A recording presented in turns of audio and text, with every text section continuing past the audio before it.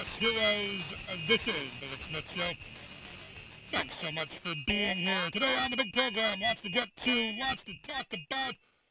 What a day yesterday was.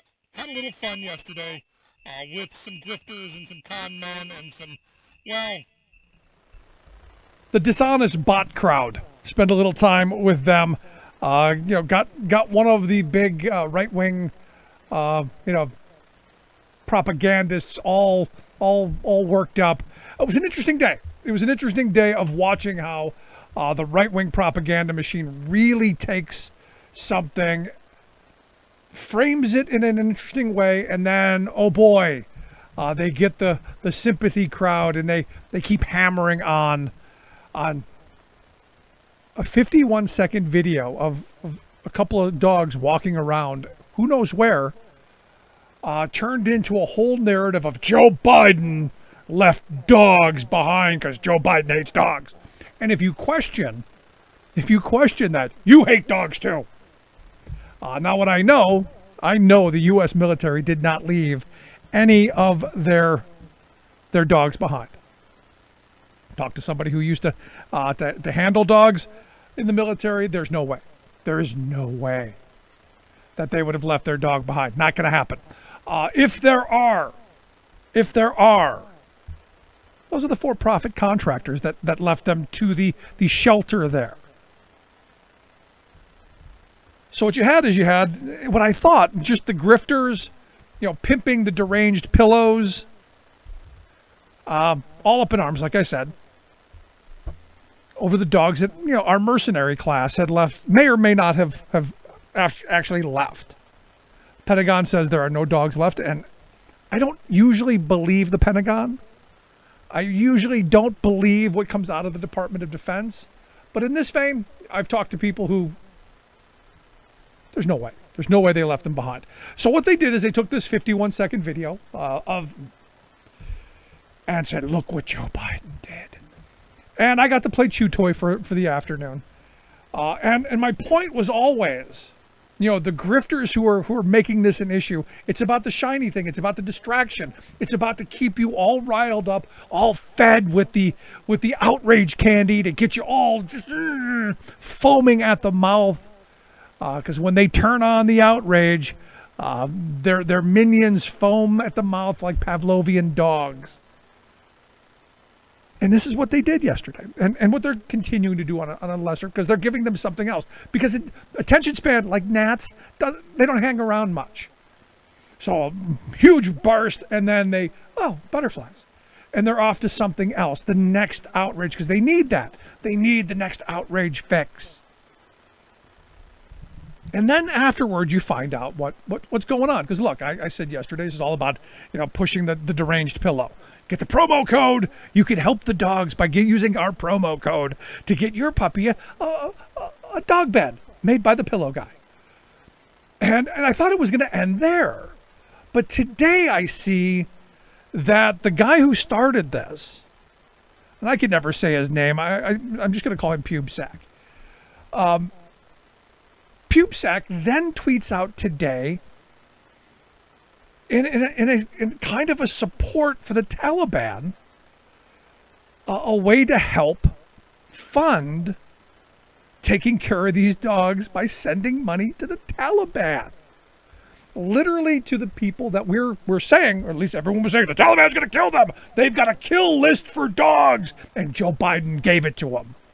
I mean, that's how freaky and crazy these people are.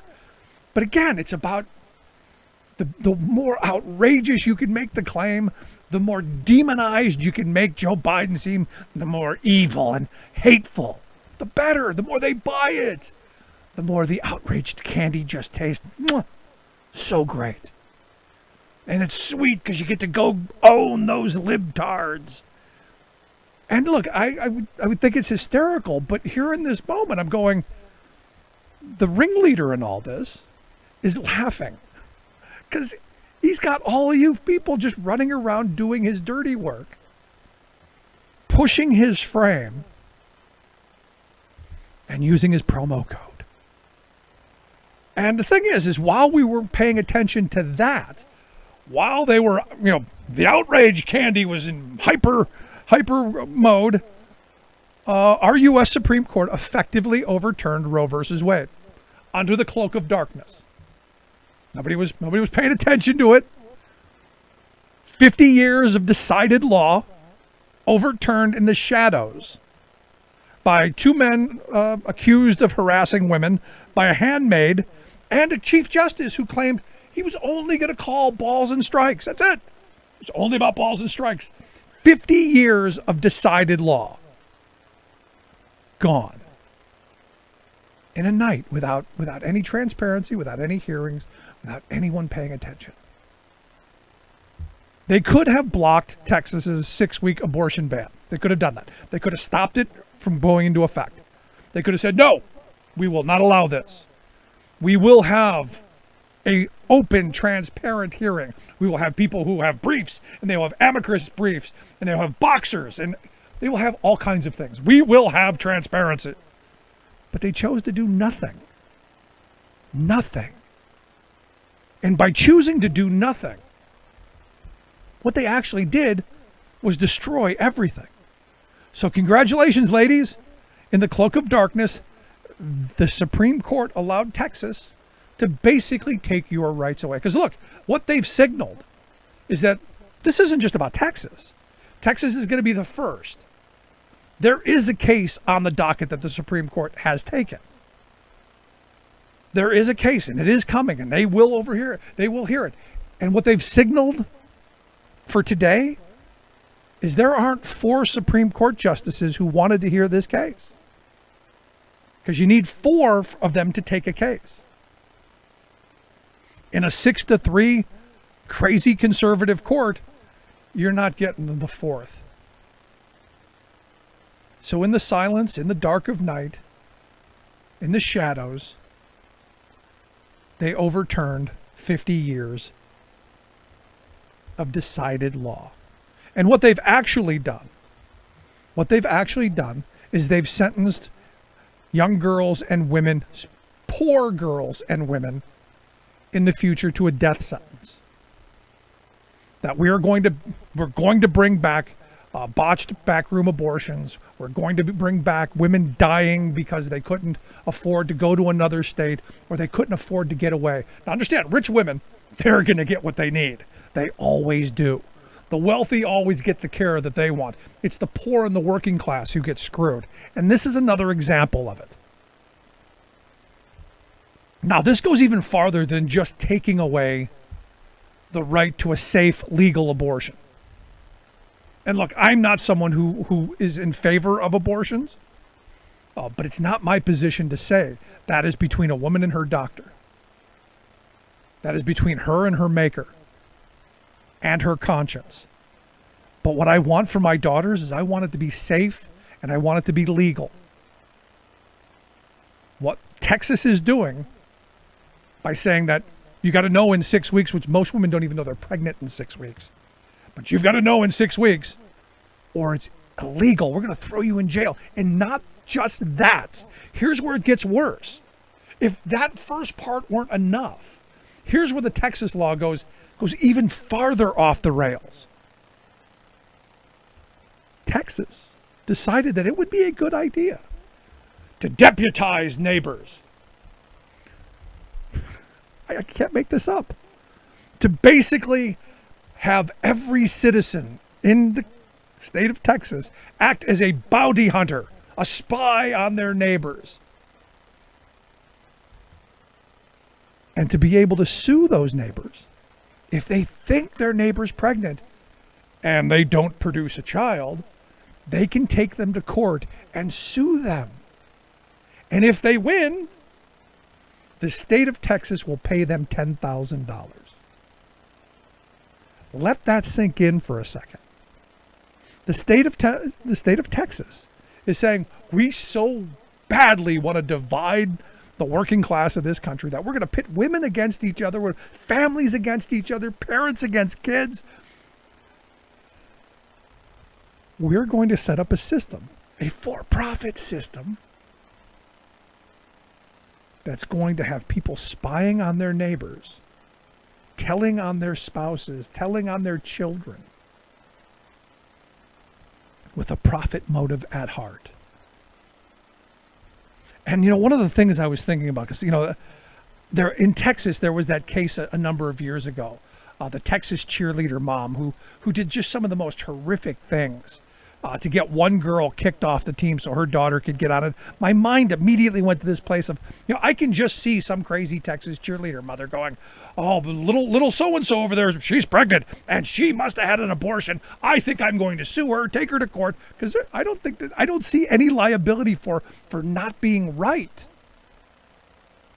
I don't see there's any accountability for false accusations. So I can see this becoming one of these moments where crazy people are doing this stuff for other purposes just outside of, we really care about the children.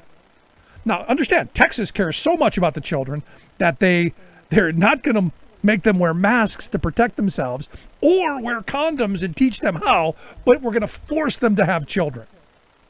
How freaking insane is that?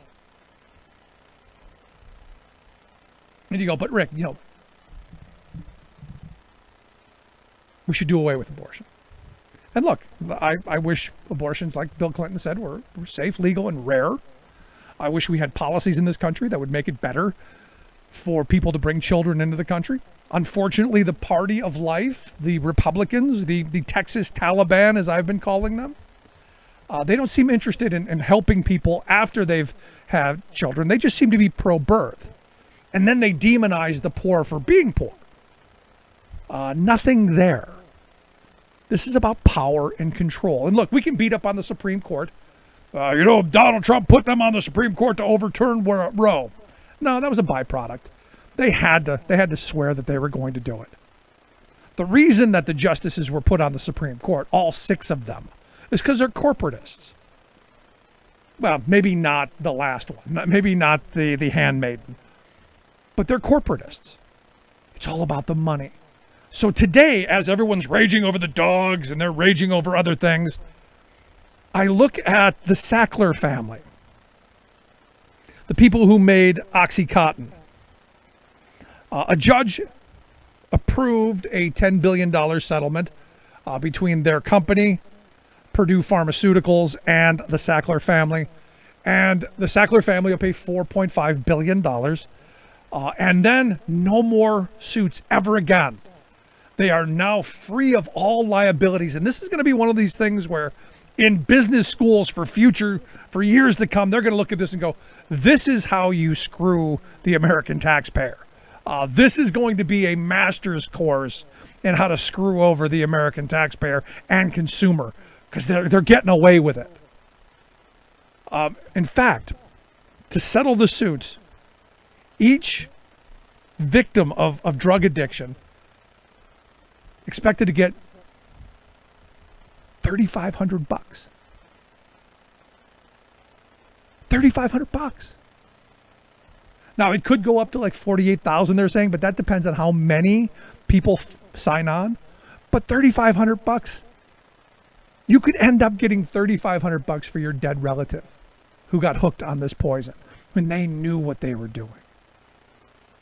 And at the end of all of this, when the smoke clears and we're done with the Twitter cowboys and their nonsensical issues and all the fake narratives to get us to use their promo codes and all of the cultural issues that they say are so important to get the working class all lathered up, at the end of it, all it's all about is the money. It's always about the money, always has been. You know, I think of Cicero. 2,100 years ago, said Cui bono. To whom is it a benefit? Who benefits? The wealthy. In every single one of these cases. Who benefits? The rich corporations, the rich investors, the wealth class, the 1%. They benefit beyond. All this other stuff is Jay Gould level stuff. I could easily pay the working class to murder the other half.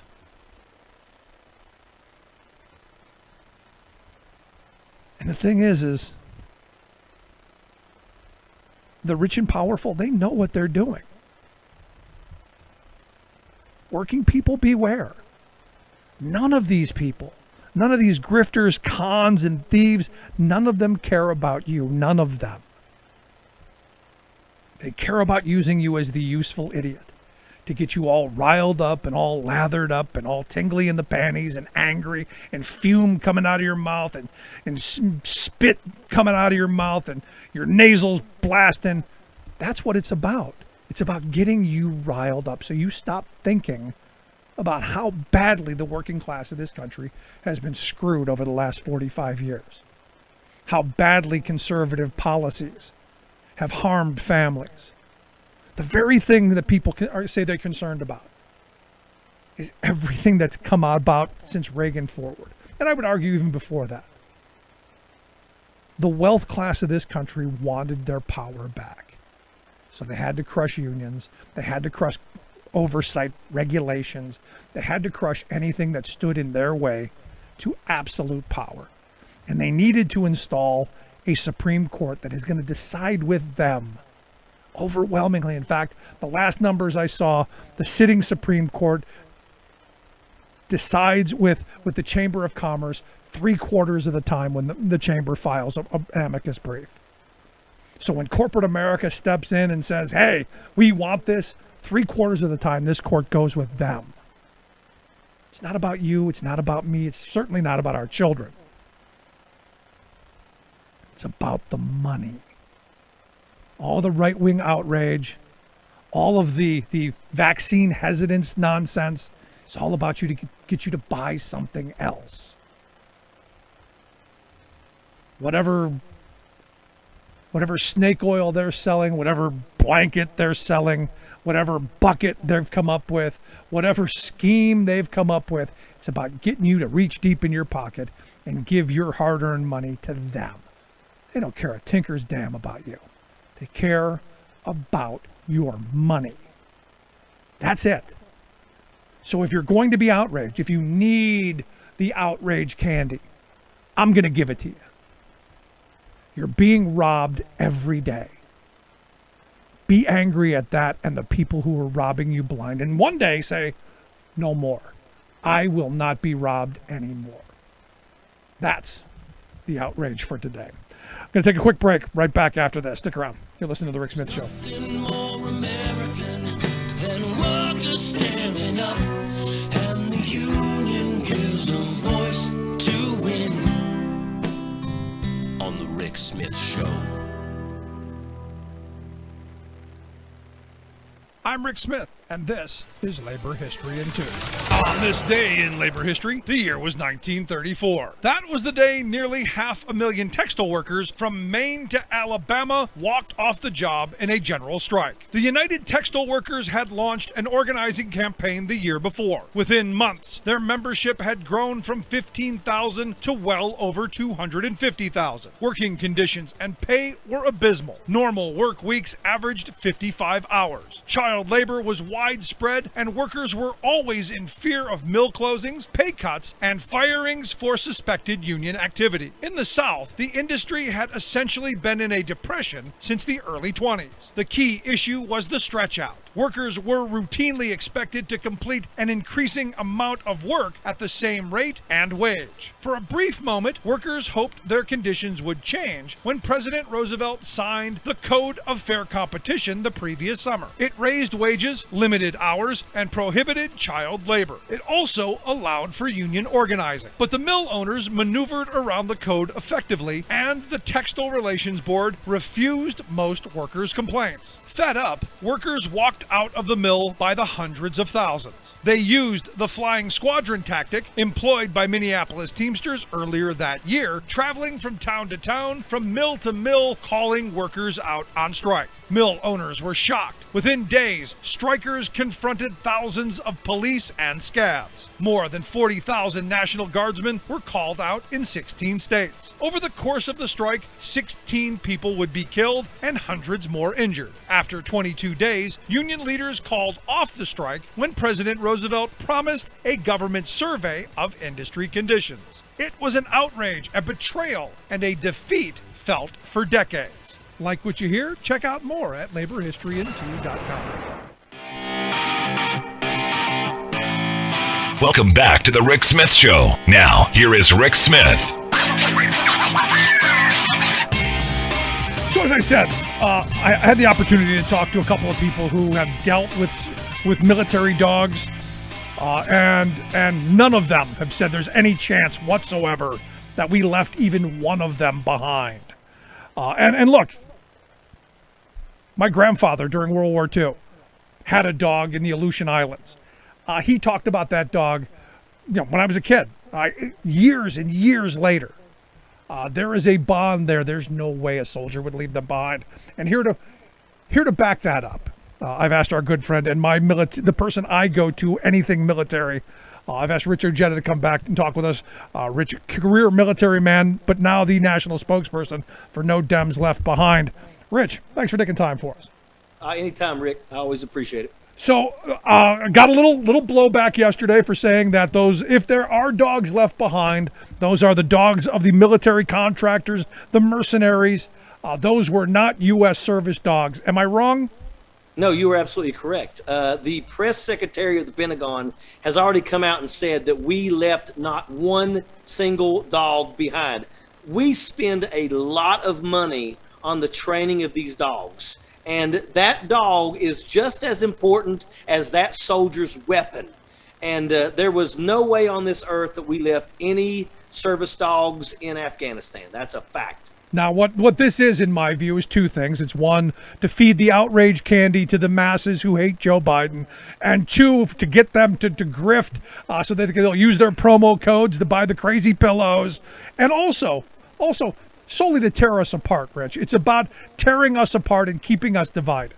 Nobody said nothing the entire 4 years that Donald Trump was president about the 64 soldiers that lost their lives. He only received 4 of them at the airport, okay? It amazes me how now you see people, and they got a photograph going around of President Biden looking at his watch. And they're like, oh, look at him. He's so disrespectful. Like he was looking at his watch while they were bringing the bodies off. That's a lie. When they brought those bodies off, he was standing at the position of attention with his hand over his heart, and his wife, Jill, was right next to him in the same position. This is just for them to be able to try to spew garbage, to incite people, and it's absolutely sickening what we are seeing. But here's the most disgraceful part of this. Look, I know there are charlatans on the right. I know the grifters and the con men and the snake oil salesmen. I get them. But today, the same person who started this outrage over a 51-second video that I have no idea where it is or when it was, now promoting the Taliban. If you want to help these poor dogs that Joe Biden left behind because he hates dogs, send money to the Taliban? Are you freaking kidding me? Absolute garbage. This person is either mentally deranged or he's in on the take, because that's what this is. You can guarantee that there's going to be some people out there that are going to try to tell people, send money here and we're going to help these animals, and they're not. This is just another way for them to fleece some of these people that are just not that smart. And you know what I have to say? We are now living in the dumbest period of time. This is the dumbest period of time where people refuse to listen to scientists and instead would rather listen to their good old buddy Carl and take dewormer. What's going on? Yeah, Lugnut's got a whole bucket full of dewormer in the back. It's crazy. But here's the thing. These are the people who you stand for the national anthem. Don't you dare kneel.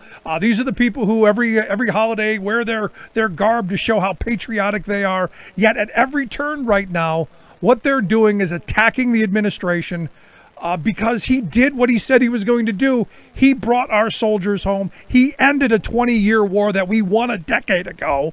And for that, he's being attacked.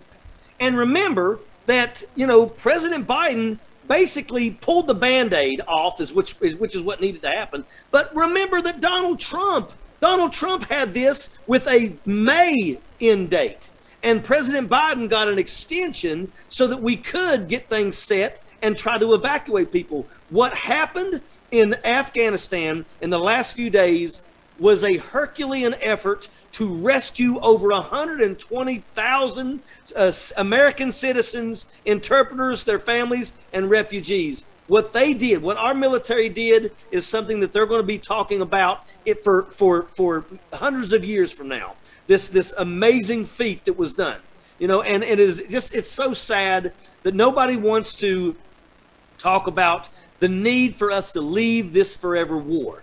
Because why? Because the Trump supporters want to throw stones at Joe Biden. Right now, we have members of Congress that are threatening, they are threatening phone companies from providing information for the January 6th.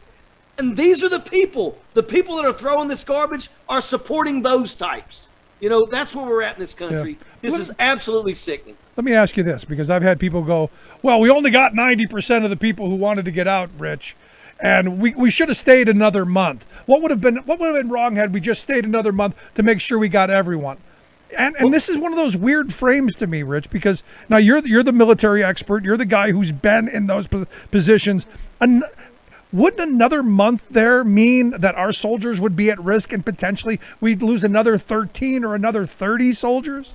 Absolutely. Every single day that they're there is another day where a suicide bomber that is ISIS-K could sneak up on them and hurt or kill them. And I'll tell you, we needed to get out of there, and there are still operations going on. Our military is not there, but there are still countries that are working with the Taliban to try to continue helping people get out. And that's an absolute fact. This had to end, and extending it for another month would only put our people at risk. That's all it was. Now, ultimately, there's a lot of noise and all the finger pointing's going at Joe Biden because Joe Biden made the decision based on what he was told by our military who have been there 20 years. Our generals who built this, what is apparently now just a house of cards. Everyone's pointing their finger at Biden. Shouldn't this be pointed at the generals for not having a better sense of the house of cards that Afghanistan was? Well, you know what? At the end of the day, first off, I think one of the biggest problems that happened that really caused all of this was when the president of Afghanistan loaded up all this money and left like a thief in the night. Yeah. You have all these military leaders that realize that their commander-in-chief is no longer there and he snuck out. So now they don't have anybody to take any direction from, and it caused them to just fall. Now there's still a couple areas that are actually fighting, but for the most part, nobody could have known. We trained these people, we equipped these folks. We thought that what was going to happen was that they were going to take control of the situation while we exited the country. And that didn't happen. What happened was they caved, and then we had to set this up ourselves without any assistance from the Afghan military and the Afghan police. So what we did and what we accomplished is absolutely amazing, and our men and women in uniform absolutely should be given a pat on the back. And you know what? I support President Biden, and it was time. It's time for us to stop living in these forever wars that do nothing but kill our troops, spend our money, and send people home in body bags and struggling with PTSD. Here's what I want to know. Where are the parades? I want to have parades. We won this war. We got our objective. This is a victory. Yet all the people who want to attack Biden are saying this is shameful. He lost. I don't see it that way. I see it as we won. Bring them home. Yeah, I don't want to hear nobody sitting here screaming saying we lost. I saw on Fox News where they said this was a horrific defeat. You never picked up a rifle and manned a post. We never lost a fight. Every single fight we got into, we won in Iraq and in Afghanistan. We should have left in May of 2011 when we got Osama bin Laden. That's what we should have done. But we decided to stay because Brown and Root and Halliburton hadn't had their pockets filled yet. But at the end of the day, like I said, we accomplished our mission. We won every single fight. We cannot be held accountable for the fact that the Afghan military and the Afghan police absolutely just caved. But we also can't take credit for the fact that their leadership left like a thief in the night. No, absolutely. But I want to go back to something you said a minute ago, that this was a Herculean effort. That getting people out as quickly as we did, and having few casualties. This is, as you've said, something that will be studied. But in this moment, the naysayers, the haters, all they can focus on is, well, the dogs and the tragedy, and not the amazing work that was actually done. They'll find something tomorrow to yell about. They'll say we left we left the lights on. They'll find something. But I'm going to tell you, when I saw that C-17 Globemaster, and it had over 800 people inside of that. I'm a person, I spent a lot of time at Fort Bragg, North Carolina. I was a paratrooper. I'm a master rated parachutist. I've done where we heavy drop equipment out the back. I'm telling you, when I saw all those people on that aircraft, all I could think of is what a nightmare for that loadmaster. But you know what? They did what they had to do to save lives. And, I'm sitting there thinking, how do you work the weights? Because all that matters when you're talking about aircraft. And they were able to pull it off. And not just pull it off for one flight, but multiple flights every day. They were flying to Qatar. They were flying to Ramstein, Germany, and then turning around and going right back and picking up again. These people, the Air Force, were absolutely amazing in what they did. The people on the ground, the Marines, the soldiers, the sailors, everybody was working their tails off and getting it done. And that, ladies and gentlemen, is how it's done. That's the answer right there. And any of the naysayers sprout up, that's the response right there. And you heard it from Rich Ojeda. Rich, I wanted to get your thoughts. Evidently later this month, our domestic terrorists, the Proud Boys, the Oath Keepers, all of our homegrown terrorists are planning what I'm going to call Insurrection 2.0. They're planning a rally in the nation's capital again. This is one of those moments where you go, should this not be just crushed before it even starts? Well, I'll tell you right now, let them come. But make no mistake about it, this time we better be ready. If we're not ready, then shame on our leadership in this country. But this time we better be ready. There needs to be lines drawn and said, if you want to cross this line, you're going to be dealt with accordingly. And that's exactly what happens. We shall never let another person storm our capital ever again. Again, I look at this and what we're seeing across the country, we're seeing these domestic terrorists. There's one here in Pennsylvania who said he was going to literally walk into a school board meeting, and with 20 of his strong men, they were going to throw people out into the streets, and they were going to install their people, only to then backpedal and say, oh, I didn't really mean it. No, he won't. No, he won't. No, he won't. Guarantee you he won't. These are people that run their pie hole, but when it comes down to it, they don't have what it takes. And that's exactly what it is. Everybody wants to act like a tough guy all the time. But you know what, though? If you're such a tough guy and you're that kind of guy that they want to be, how come you never picked up a rifle and manned a post? Oh, you didn't, because you didn't want to do it. You didn't want to go over there. You wanted to stay here at home and run your mouth. Those people, they're fake. They're not tough guys. And ultimately, they're willing to send other people's children into these things. And look, Absolutely. I'll tell you from the beginning, I was against going into Afghanistan from the start. I was against going into Iraq from the start, because when I was a kid, I saw the men being dumped back into my housing project coming out of Vietnam with their drug and alcohol problems, with their broken bodies, their broken minds. And sadly, we've done the same thing. So now the work now is making sure that we take care of all those people who were wounded, all those people who have mental problems, drug and alcohol problems, that we take care of our own for a change.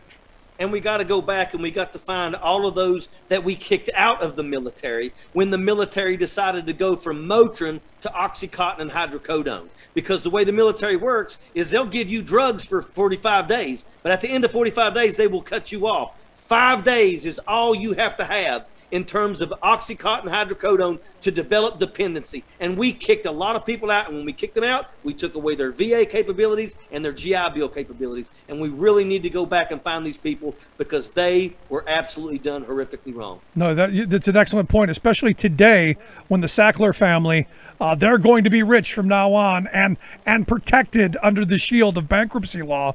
And all they're going to have to pay is $4.5 billion off of the hundreds of billions that they made. Yeah, exactly. Unacceptable. And they have literally blood on their hands. It's angering and it's frustrating, but I keep coming back to this moment, Rich, where, are we so divided and so polarized that what used to draw us together, support for our military, is now what's actually tearing us apart? And do you think there's a way back? I think that, I think Donald Trump was the absolute worst person ever. And what he did, in reaching out to the poorly educated and brainwashing them, I am hoping that we're eventually going to get to a sense of normalcy in this country. I hope that we don't have, another Donald Trump down the road that's going to come in and be worse, maybe even intelligent. I hope not. I have a lot of fear for our country right now. I have a lot of sadness for our country. It amazes me. I speak to people all over the world, and everybody that I talk to, from whether it be from the United Kingdom, whether it be from Bulgaria, all of them all have the same thing. They're worried about America because they always thought that America was the common sense. America was that, it was that light at the top of the mountain that you could count on. And right now they're looking at us and they're saying, I can't believe that this is America. No, I mean, as I've been saying, you look at the idiot from here from Pennsylvania, a bunch of them from California saying they want civil war over something as simple as wearing a mask. In Texas, they're now going to force children to have children, but not wear a mask to school. Yeah. I mean, we've lost our ever-loving freaking minds.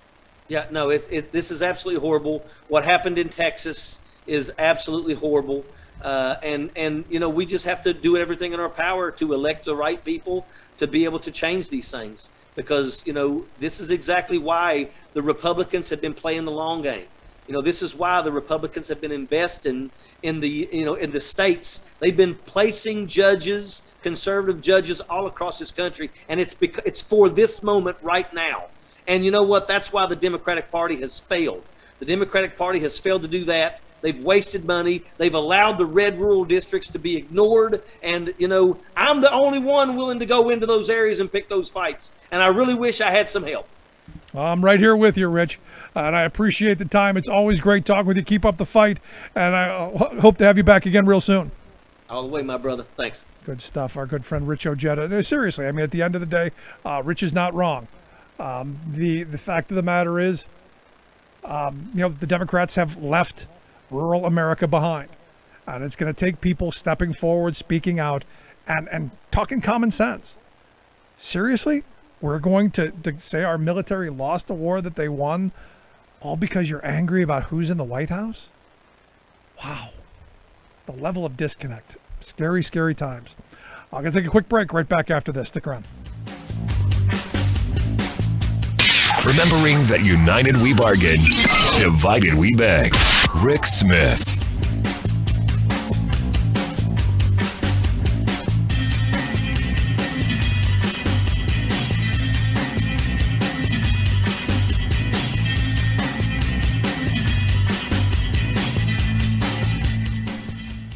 I'm Rick Smith, and this is Labor History in 2. On this day in labor history, the year was 1893. That was the day that the International Brotherhood of Boilermakers and Iron Shipmakers of America was founded in Chicago. This joined two earlier Boilermaker unions into one. They decided to establish their headquarters in Kansas City, Kansas. 2 years later, the Boilermakers affiliated with the American Federation of Labor. The union represents members of 250 lodges in the United States and Canada. At the turn of the 20th century, the Boilermakers had about 8,500 members. But their membership expanded, especially during World War II, as shipbuilding grew for the war. By 1944, there were more than 350,000 Boilermakers.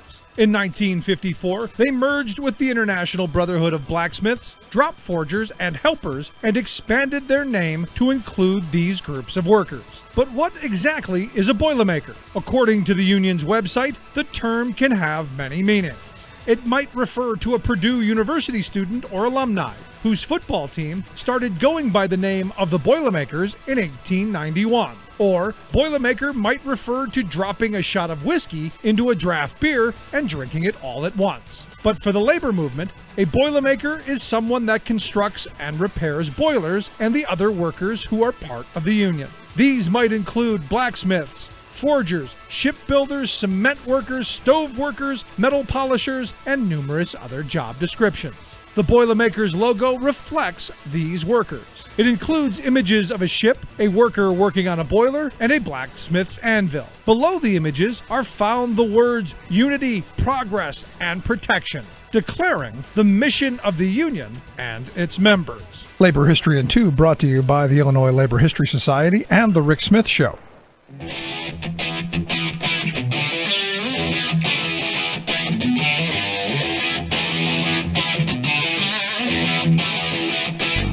Welcome back to the Rick Smith Show. Now, here is Rick Smith.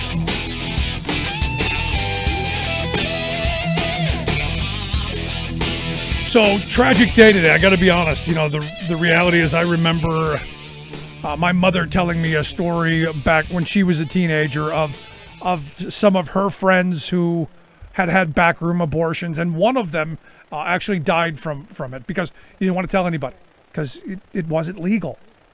Or at least not in Ohio, it wasn't. So you had to go to Kentucky, and you had to do it under the dark of night. But now Texas, what Texas is now doing is we're going to have super spies around every corner with a profit motive looking, hey, how can we make money off of somebody's misfortune? Wow. I mean, we're really heading to scary times. And here to share some thoughts on what is going on in Texas, the insanity that has become that government there. I've asked Rania Batrice to come talk with us. Rania is the founder and president of Batrice and Associates, also a proud Texan. Rania, thanks for taking time for us. Absolutely. Thanks for having me. So I'm looking at this law that thanks to our Supreme Court's inaction, thanks to the fact that they didn't have the courage to take this up and have the argument in public, has now gone into law and is going to start affecting people as of right now and turning neighbors against neighbors. And somehow in Texas, they think this is going to somehow help. Yeah, I mean, there's so many things that are happening and have happened that make no sense. But I think you've kind of hit an important point here. As nutty as Texas has ever been, there's been sort of a community atmosphere. And exactly like you said, we're turning citizens of this state into vigilantes for profit, and it's just so disgusting. I mean, like rideshare drivers, what? Are you kidding me? Clergy members, doctors, of course, family members. It's just absolutely, I don't know. I mean, the definition of insanity, I feel like, and it's just one more thing that we're having to contend with as a state. As you said, I am a proud Texan. I love my state. I was born and raised in Lubbock, Texas, actually. So special brand of conservatism out there. But, but I do love my state. And a good friend of mine that y'all are probably all familiar with often says things like, Texas is not a Republican state, it's a non-voting state. And that's absolutely true. Yep.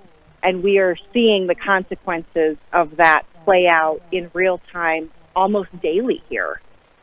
Now, what I find most interesting, and as I said this in the beginning, this decision ultimately was made in the cover of night by two people who have been accused of assaulting women, a handmaiden, and a guy who claimed that he was only going to call balls and strikes. And this is our corporate Supreme Court that I'm talking about. And yet none of them were willing to say, we should hear this. There should be amicus briefs. There should be, I don't know, boxers or briefs. There should be something. There should be some transparency. They just let 50 years of decided law get thrown out the window. Absolutely. Absolutely. And the intended consequences are one thing, and then there's the unintended consequences too, which you referenced at the top of this segment. It's just we're shoving women into alleyways. Yeah, see, Rana, I don't think that's an unintended consequence. I think they want that. I think they need that. I think they need to fear people. They need to do things to make examples of people. I think that is not an unintended consequence. That's what they want. Yeah, absolutely. Until it's their sister, mother, cousin, girlfriend, whatever, who dies. Yeah, but it never will be that. The outrage. Abbott's daughters are never going to die in a backroom abortion because they can go to somewhere outside of the state. The rich people are going to get the care they need. They always do. This is about poor and working class women. when this is it is absolutely 1,000% a justice issue, and it always has been. It's a justice issue. It's an equity issue. I agree with you 1,000% there. But those daughters of wealthy people are still not going to want to have those conversations with their family members, and those are kind of the unintended consequences I'm talking about. They're not thinking about their family members. Of course, they're never going to have to face this in their minds, but it's just not true. But I do agree with you. At the end of the day, when it's all said and done, this is a justice and equity issue. And across the state of Texas, but across the country too, there's other states as well, we have just gone out, the proverbial we, have gone out of our way to make life harder, more unjust, more unequal, and it just keeps getting worse and worse. We're supposed to be, you think that there's progress made over the years, and we just seem to be going backward. Well, we're going backward. Ways. We're going back to the good old days of the golden era of America, when most conservatives say America was truly great. You know, when gays were in the closet, women were in the kitchen, blacks were in the fields. You know, the good old days.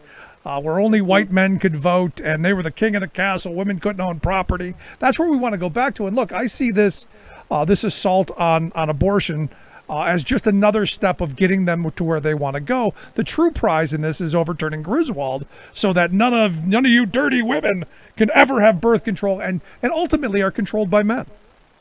Absolutely. Well, I mean, that's the thing too. I mean, even access to birth control is up for a debate for some reason. And for the life of me, I will never understand how these anti-choice people who claim to give such a damn about life, but will not let women have easy and fair and equal access to contraception, will not teach about sex in schools, will not do any of these things. Oh, and I feel like I just have to name this too. This disgusting bill provides not even an exception for rape or incest.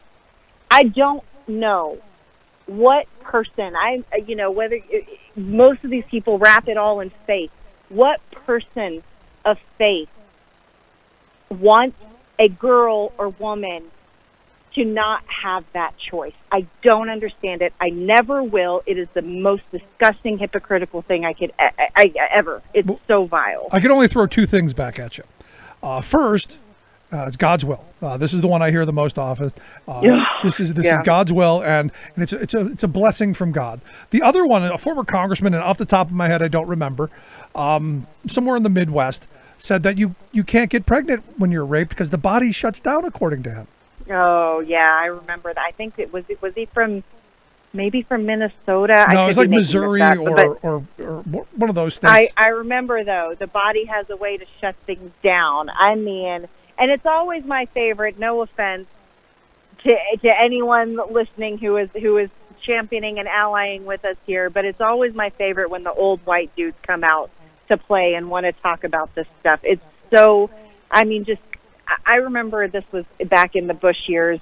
I had a button that said, George Bush can talk about my vagina when he can get pregnant. Yeah. And I just feel like we need to have a resurgence. No, I'm with you on this. And this is why this really isn't an issue for me, because I'll be honest with you. I personally am not in favor of abortion. I grew up Catholic, but I'm never going to have one. So I don't really have a say in this. But I do have two daughters. And I want them, if this is the choice they make, I want them to be safe. I hope they protect themselves. I hope they do all the things that we've taught them and want them to do. But ultimately, at the end of the road, I want them to be safe. I'm not pro anything but safety. I want people to be safe. Absolutely. And I call myself a recovering Catholic. I went to Catholic school for 10 years. Yeah, I'm broken. Still very, very Catholic. Yeah. So you understand. Absolutely. I did 8 years. Yeah, absolutely. And I just think that's such, I hear it too, and we're surrounded by it.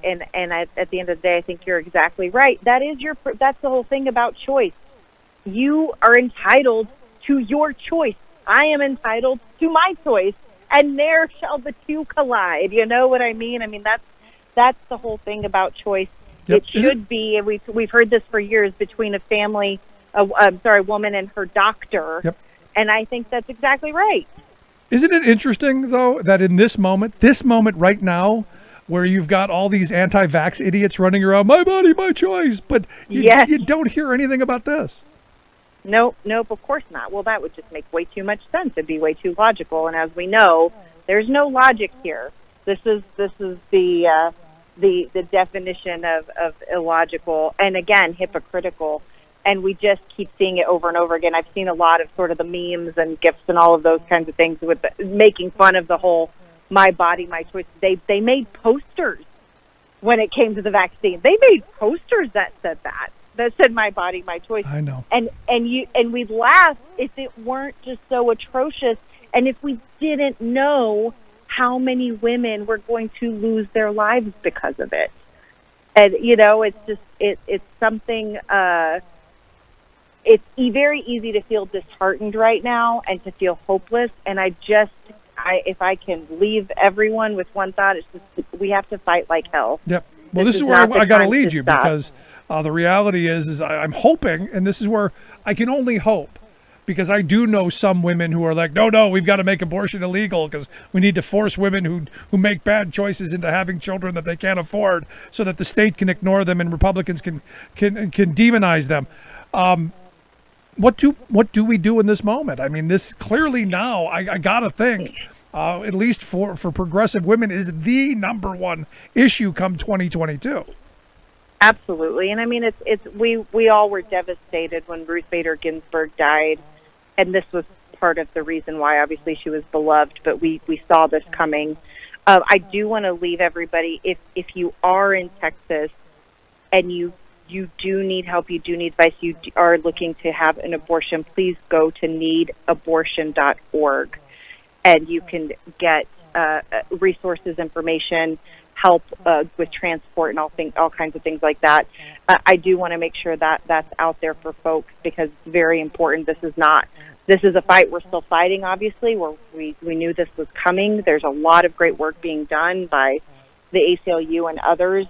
But even in the meantime, we need women to know that there are people that have their back, and there are resources out there, and we want to make sure they can get to them. Now, clearly, this is going to end up in court when the first person is sued, because this is what's coming. We're turning neighbors, we're turning families, we're turning parents against their children. I see at some point, because of the power and control that this law now gives people to sue each other. We're gonna, I said at the beginning, I can imagine, because Texas is kind of a crazy state for me. There was the cheerleader, Texas cheerleader mom, who I think killed the cheerleader girl so that her daughter could get on the team. I can envision one of those crazy people suing someone just because I got to get them out, so that weird things can happen. I mean, this is just bad every step of the way. Yeah, I mean, we're encouraging that. It's not that we're giving them, we're encouraging it. That is what's happening here. How disgusting is that? But this is, again, where we just have to rise up together, and not the time to be hopeless, as much as I understand it, but the time to come together, because there's a lot of us out there. If we might feel like we're on an island sometimes, but we're not. No, I got to tell you, Rania, for me, this is not an issue I talk about often. This is not an old white guy issue for me. It's not. But this is a control issue. This is about going back to the Jay Gould. I can easily pay half the working class to murder the other half. This is about that. This is about dividing us and conquering us and keeping us at each other's throats, while the millionaires and billionaires are robbing us blind. For me, it's that issue. It goes even beyond the regular abortion fight. This is about control and dividing the working class. Well, and like you said earlier, controlling women, especially women of color and low socioeconomic women. And that's, there's always been sort of this dehumanization that has been underlying. It's come way to the forefront now. And this is just, to your point, you're exactly right. It is all about control. So let me ask you a last line of questioning, because, I get my religious conservative friends who say, well, we're pro-life, we believe in pro-life, but ultimately, if we had all those children, we would have more workers, and we wouldn't have to have immigrants come in. There would be more Americans and all of that. Oh my God, yeah. Which is just BS. I'm just gonna. No, I had a hard time even getting the question out. I mean, I hear this often, and I do a ton of work in rural America, and I work with a ton of farmers, and you know what they tell me all the time is that the only people who want to take those jobs are the migrants and immigrants that come. They've tried. They're trying. And so this whole, we have more kids and they'll do the work, it's such BS. And it's just one more point to your point again, to divide, dehumanize, and it's just so ridiculous. It's untrue. It's propaganda. That's what it is. It's propaganda. So in this, because as you said, people can be demoralized. For the people who may be, and I got to hope that this is something that's going to energize people, that's going to really just tick people off. But for the people who might be demoralized, what's your message to them? The message is that, we're just getting started here. The fight is far from over, and this is a fight. And a distinct reminder that who sits in the seats from the local level all the way to the federal level matters. And that is something that we get to control. Yep. No, despite right. all the other things, all these control they're trying to put on us, at the end of the day, we get to make these decisions. Elections matter. This is why you register the vote and you make sure that they don't take your vote. Now, Texas, also, while taking a woman's right to choose away, also try to take her right to vote away so that you don't have the choice or the ability to undo the horrible that they're doing. Yep. Yeah. We're trying to go for the hat trick here, I think. But yeah, it's absolutely true. Lots of work. And lots of work ahead of us. But we're not alone. That's the other message. We're definitely not alone. Don't give up. We're here, and the all of us coming together is what's really going to make a difference. There you go, Rania Batrice. I appreciate you taking some time sharing your thoughts. Thank you. Thank you, Rick. Good stuff. Rania is the founder, president at Batrice Associates. And look, at the end of this, this is going to take mass mobilization. And as I said, this isn't my issue. This isn't my issue. What this is an issue that I think every person should be caring about, because this is a control issue. This is about the wealth class having control over your wives, your daughters. This is about the wealth class being able to control who has children, when they have them, how many. And then turning your neighbors into spies with a profit motive on top of it. Wow. Talk Orwellian. But here we are. Scary stuff. Love to hear your thoughts. You can email me, rick@thericksmithshow.com. Quick break. Right back. Stick around.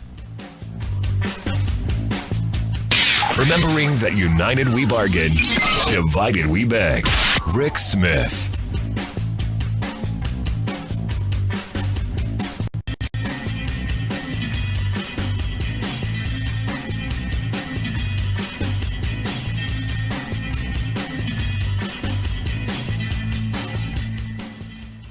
I'm Rick Smith, and this is Labor History in 2.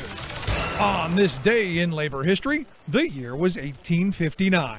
That was the day the first Pullman sleeping car made an overnight trip. The first Pullman sleeper was a renovated day coach. That first trip was made on the Chicago and Alton Railroad between Bloomington, Illinois and Chicago. Pullman continued to improve his sleeping cars to make long-distance train travel more comfortable and luxurious. Inspired by company towns in Essen, Germany and Saltier, England, Pullman bought land south of Chicago to build his company town. He named his new town Pullman and moved all of his manufacturing operations there. There were other sleeping cars at that time, but George Pullman refined the sleeping car and built a monopoly. As for his company town, initially it seemed to be a great success. Visitors to Chicago flocked to Pullman to view the model town. But then there was a severe economic depression in 1893. This caused Pullman to lower the wages of his employees. However, Pullman did not also lower the rents he charged to live in the company town.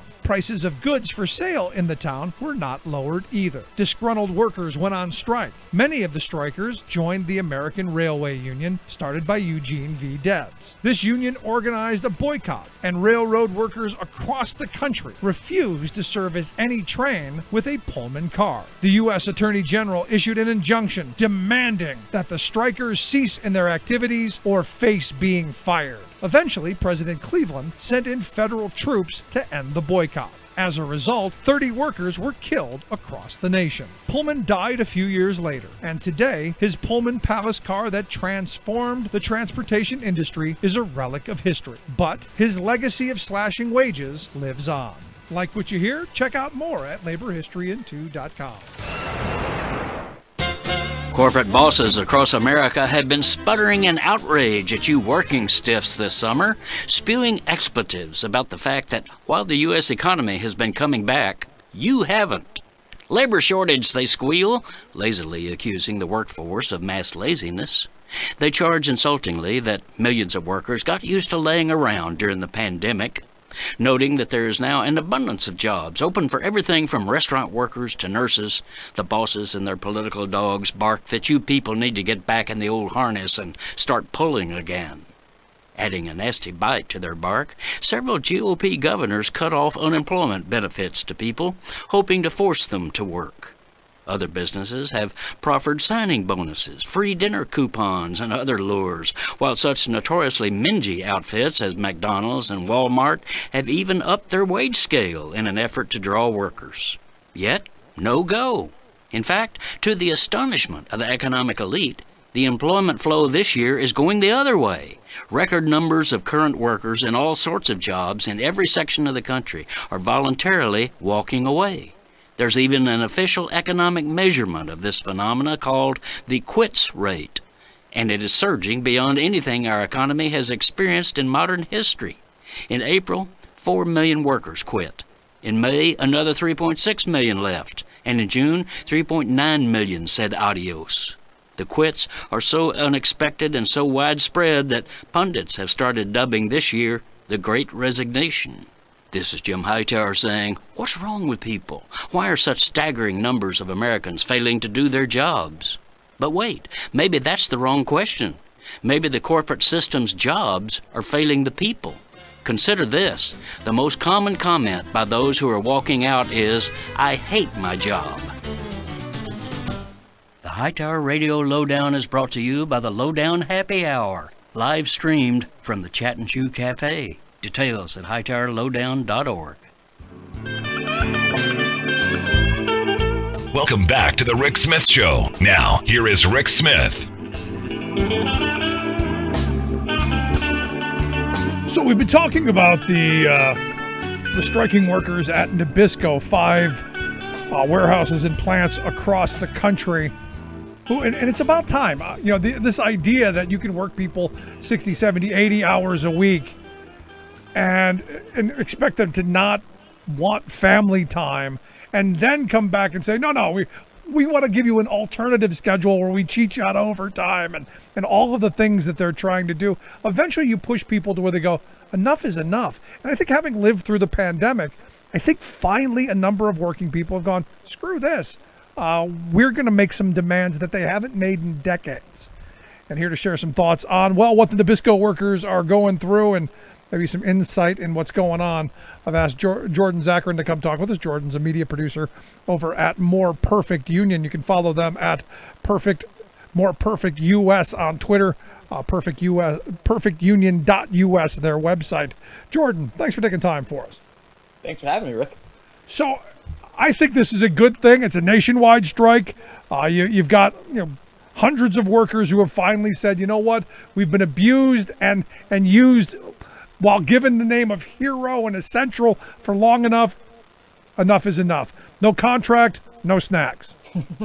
The great Danny DeVito coined that term. So he got he got a lot of people interested actually in the Nabisco strike because he got his authentication or his blue check mark taken away for time on Twitter. So Danny DeVito did a great job for the working people. And yeah, it's been, it started out in Portland, BCTGM, the workers there, they walked out, like 300, 400, 500 workers there, walked out. I think they're in their third week or second or third week at this point. And then the following week, it was folks in Richmond, Virginia. There was another plant there in Richmond.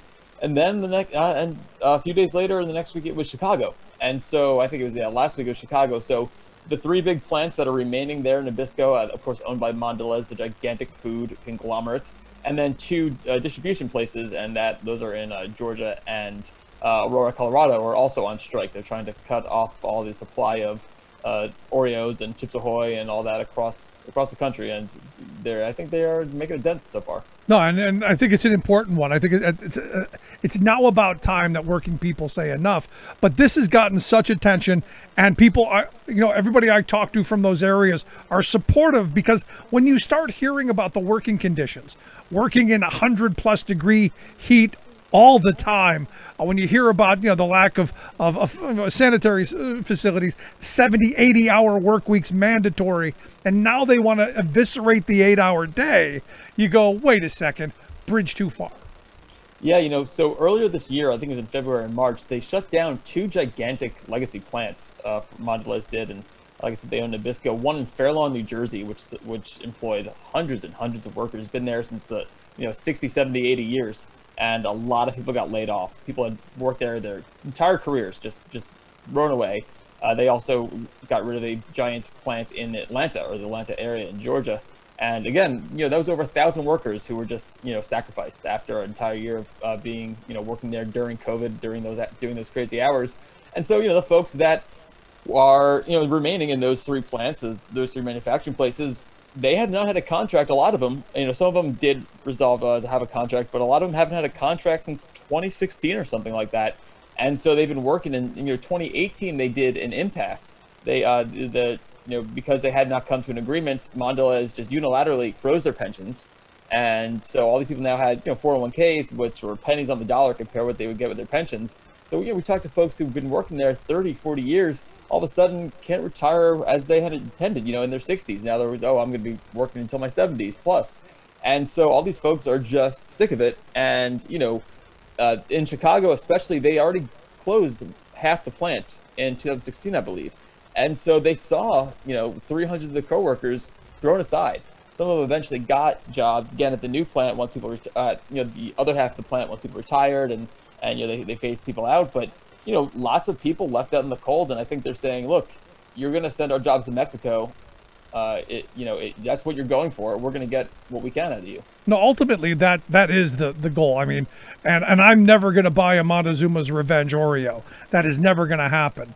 When they closed the Fair Lawn, New Jersey plant, I'm like, when I would pick up a bag and I flip it over to check the label, it better say Fair Lawn, New Jersey on it. Now that they've closed it, there's nothing there. I'll never buy another Oreo again unless it's made in the U.S. And I think we, the consumers, have to show our solidarity with these workers by saying, look, we're not going to buy things made in Mexico. You make food here in this country. In fact, it should be much more local. Like New Jersey's close enough. Atlanta, I'm sorry, too far away. We need local distribution, local production for local consumption. At least that's my view on it. Well, between this and Frito-Lay, and, Nabisco makes a whole lot of food, a whole lot of snacks, and, Nabisco's owned by Mondelez, and they do lots of other stuff as well. They have drinks, they have food, they have snacks, and Frito-Lay, of course, owned by PepsiCo. The sheer number of brands and companies they own, if you were to look at the back of their snack or the soda or whatever you're going to buy, in my grocery store here in the city, it's not a huge one. Most of the snacks at this point, if I'm not buying those things, I'm not going to be buying Nabisco and Frito-Lay. Most of the snacks you want to eat, most of the sodas you want to drink, Coca-Cola is not a good corporation either, so I'm sure that'll be out of the question soon enough.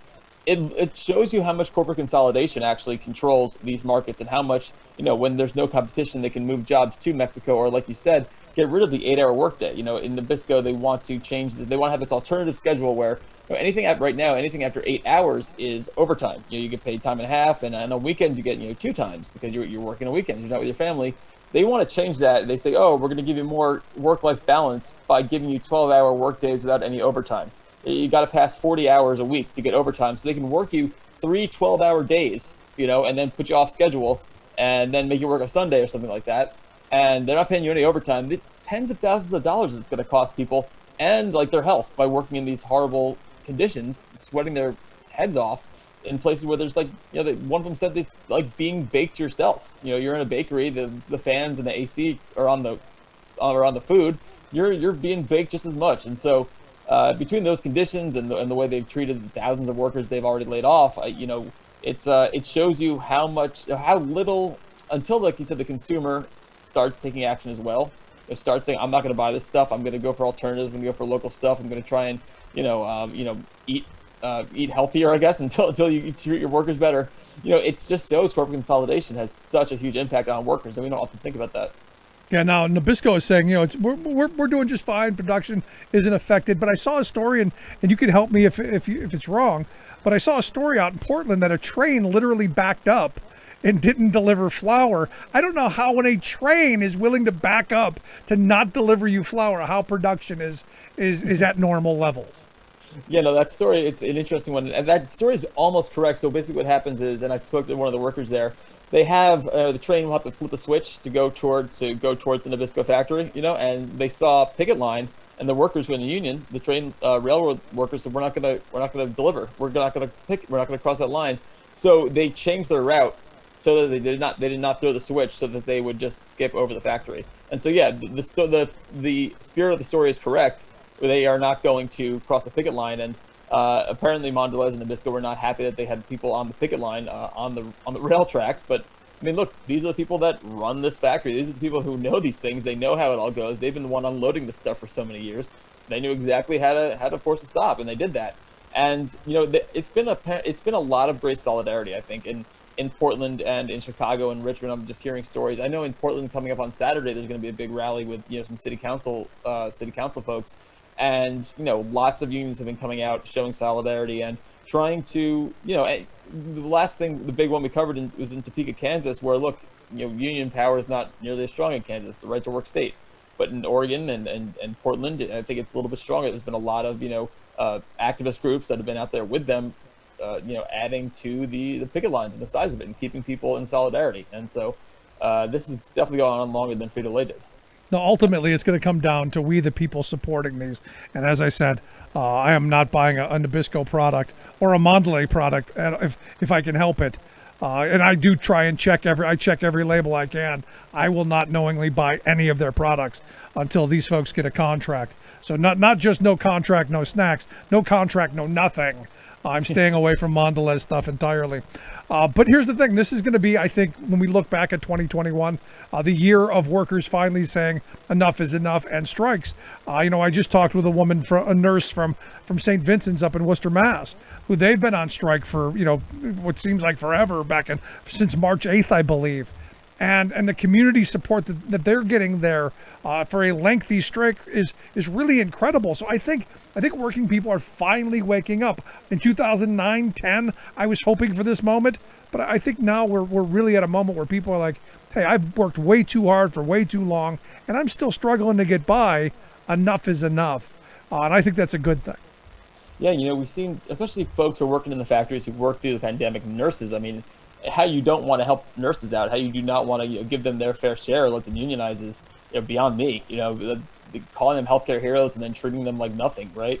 And so I think the community, people are seeing that these people risk their lives to keep the world moving as the rest of us stayed inside because we had to, because of the pandemic.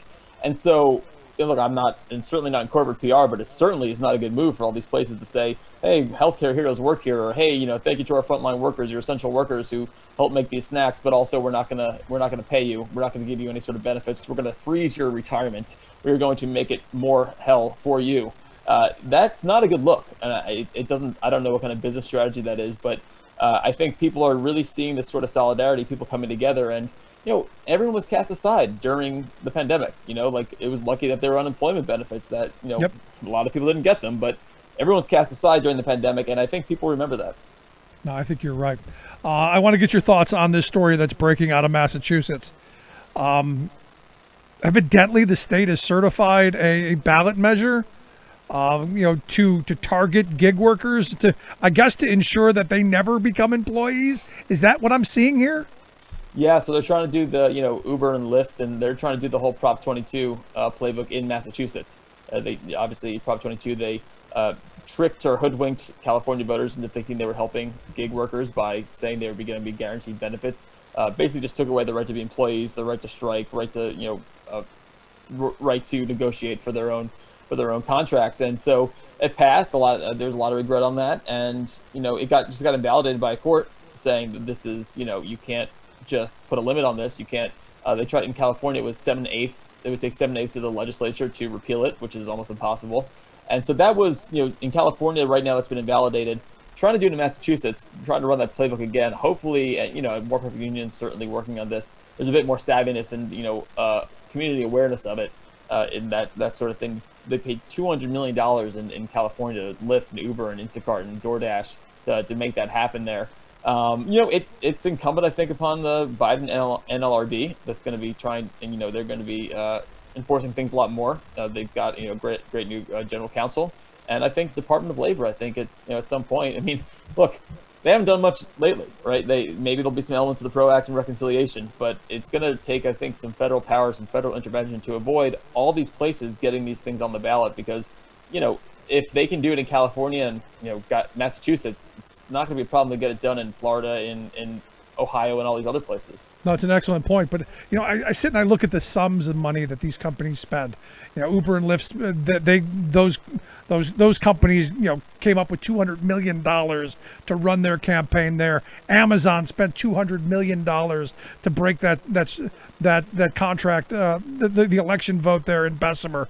This hospital in Massachusetts has spent already in excess of $100 million to deny workers safe staffing levels. If there's all this money to deny workers basic rights and basic safety, isn't there money to help pay them better wages and to make safer working conditions? Or is it really just all about power and control? I mean, I think it's about power and control. You don't want a rolling stone to gather moss. They do not want to not gather moss. They do not want to create this sort of momentum, and they do not want to be stuck in negotiations with people going forward. If you unionize, it's not just the first contract, right? It's the contract after that. It's retirement. It's all those things. So I guess they see it as like a one-time payment, a gigantic payment, and it says a lot that they have that money to just splash out. But it's certainly all about power. It's about. I think it's the same thing with the Democrats and the filibuster. It's not just about rescuing democracy to them. It's about passing the PRO Act. It's about all of a sudden people will be able to demand a more progressive change, and we don't want to let that. We don't want to open the door to that. And I think that's exactly what's happening with these anti-union campaigns. Yeah, I mean, I'm in favor of doing away with the filibuster and only having them in the old school thought process. I still remember Mr. Smith Goes to Washington. If you want a filibuster, you get your jug, you get your lozenges, you hit the floor, and you hold it as long as you want. If it's really that important, keep telling me why you're against whatever it is. If it's the minimum wage, tell me why you think people should work for $1 an hour. Tell me how you think that's going to help the economy. If you're against the right of workers to organize, hold the floor and tell me why. Or just read the phone book. I don't care. But if it's that important, you should have to have some kind of act. You shouldn't be able to just go, I've decided no.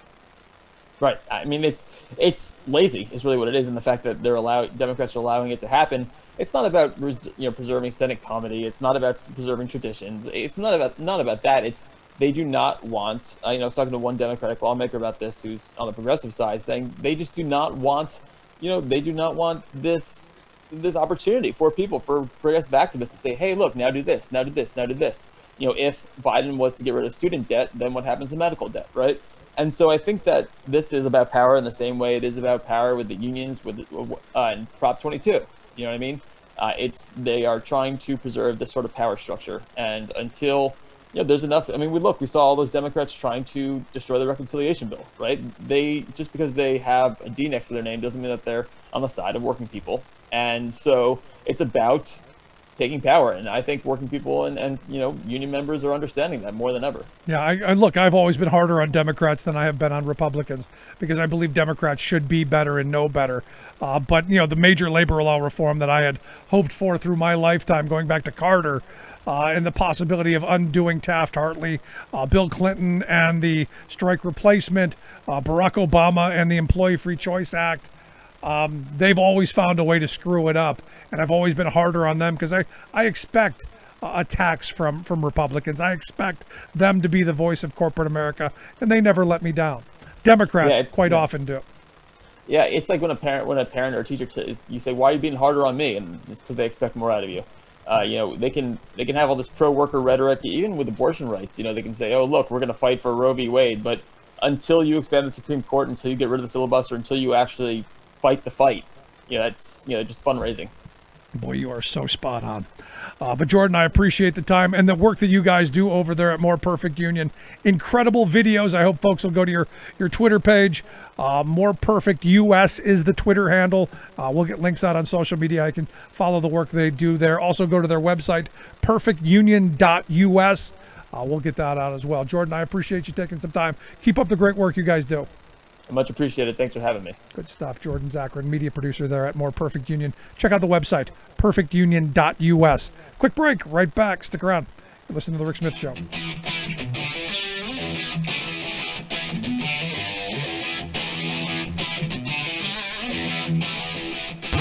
Saving work in America, one show at a time. The Rick Smith Show.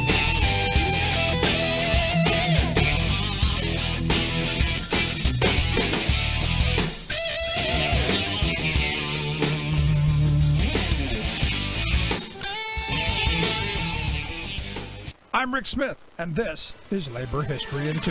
On this day in labor history, the year was 1934. That was the day nearly 500,000 textile workers from Maine to Alabama walked off the job in a general strike. The United Textile Workers had launched an organizing campaign the year before. Within months, their membership had grown from 15,000 to well over 250,000. Working conditions and pay were abysmal. Normal work weeks averaged 55 hours. Child labor was widespread, and workers were always in fear of mill closings, pay cuts, and firings for suspected union activity. In the South, the industry had essentially been in a depression since the early 20s. The key issue was the stretch out. Workers were routinely expected to complete an increasing amount of work at the same rate and wage. For a brief moment, workers hoped their conditions would change when President Roosevelt signed the Code of Fair Competition the previous summer. It raised wages, limited hours, and prohibited child labor. It also allowed for union organizing. But the mill owners maneuvered around the code effectively, and the Textile Relations Board refused most workers' complaints. Fed up, workers walked out of the mill by the hundreds of thousands. They used the flying squadron tactic employed by Minneapolis Teamsters earlier that year, traveling from town to town, from mill to mill, calling workers out on strike. Mill owners were shocked. Within days, strikers confronted thousands of police and scabs. More than 40,000 National Guardsmen were called out in 16 states. Over the course of the strike, 16 people would be killed and hundreds more injured. After 22 days, union leaders called off the strike when President Roosevelt promised a government survey of industry conditions. It was an outrage, a betrayal, and a defeat felt for decades.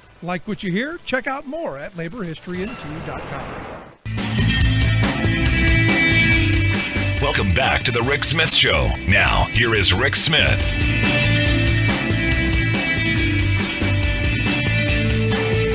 So some craziness on the COVID front. New Jersey woman. And you gotta love these people who think that they're never gonna get caught.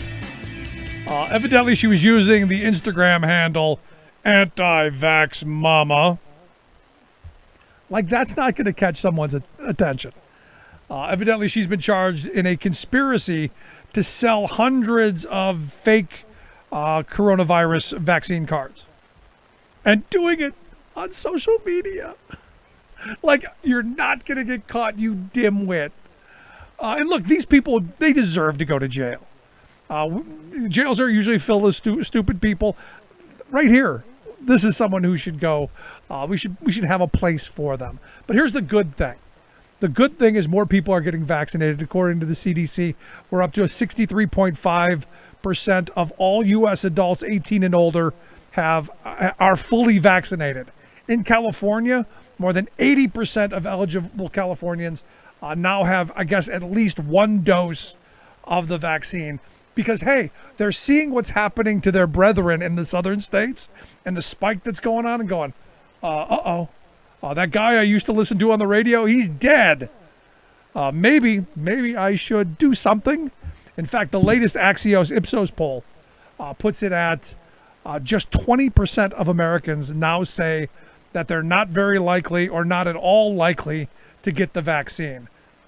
That is the absolute lowest number since they've been polling this, which means that, they're seeing people dying, as if the first 600,000 weren't enough.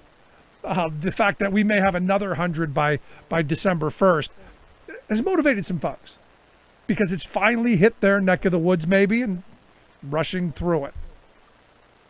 Now, in Colorado, a state panel has approved emergency measures to require the staffs at hospitals or health or nursing homes or other healthcare facilities to require vaccinations. Colorado's finally going, we haven't done anything, because evidently there's still about 30% of the healthcare people not vaccinated, which really isn't great. Not great, because you don't want people coming to work sick, especially when you're talking about people who may already have other problems of being sick, may be immune compromised, may be who knows what. I don't know that you want somebody who's hanging around, not vaccinated. Not a good thing, I don't think. But we'll see how that plays out. Now in Florida, Florida is now all the school districts that were afraid that Death Santis was going to hold back their pay or arrest them or who knows what. They're now going back and reconsidering their decisions because a judge has struck down DeSantis's death order. So look, that's a step in the right direction. And our governor here, where I'm at in Pennsylvania, and good on Tom Wolf. I'm a big Tom Wolf fan. Tom has come out and said, look, we're gonna require masks to be worn by kids K through 12. It's just what's gonna happen. If school boards aren't smart enough to help protect their students, this is where someone's got to make the choice. And Governor Wolf has done that here. Interesting, in Idaho, the governor there, the Republican governor, said there are only 4. And they've got it down to the number. Only 4 ICU beds left in the entire state. Now look, Idaho can't have all that many, but when you go, there's only 4 left, and I can't imagine their vaccine rate is all that high. Start worrying. Start worrying. Now, a good story, not a good one, but at least a consistent one. I look at this guy. His name was Robert David Steele. I say was because Robert David Steele is dead. He was one of the original Q-Kook COVID conspiracy folks. And what he did that I find a little bit honorable. Former CIA guy, conspiracy theorist. To his last dying breath, he held that COVID was a hoax. And I give him credit for that.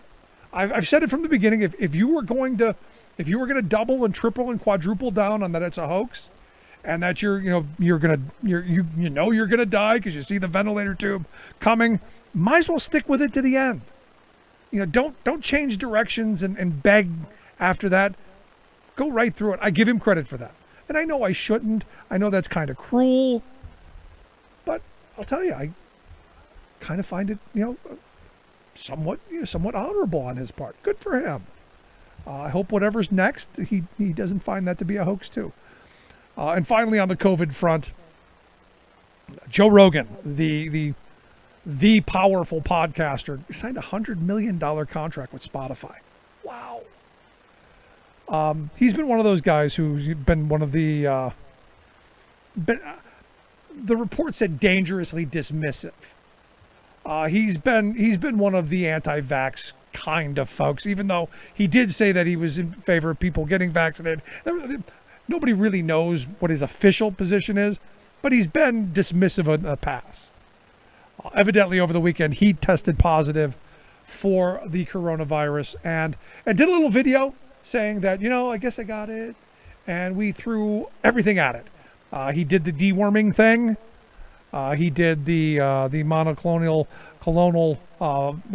antibodies. He did the hydro stuff. He did everything. He did it all.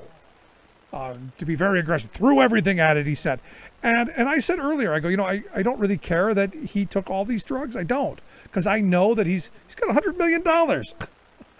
He can afford to have a doctor come and go, here's the right dose of the deworming drug. Here's a reasonable dose of this to help get you through this, and maybe it helps you, maybe it doesn't. They're going to give him a non-lethal dose. It's not like he was Bubba who walked into Tractor Supply and said, give me the worming drug, and came out with a bucket load of it and then downed it with a can of Pepsi. I mean, it's not that. So I don't really care about him. I do care the fact that the messaging out of this is, he's going to be, I beat it because I took these crazy drugs. Well, the fact is the guy's fairly healthy. He was probably going to make it through regardless. And that's going to let all of the other people go, no, see, he made it. No, I worry about the message that comes out of it. Because not everyone has access to the best healthcare money can buy. Not everyone has a $100 million podcast deal with Spotify, which would give you the ability to have a team of the best doctors. Just my thoughts. Love to hear yours. You can email me, rick@thericksmithshow.com. We'll take a quick break. Right back. Stick around. Listen to The Rick Smith Show.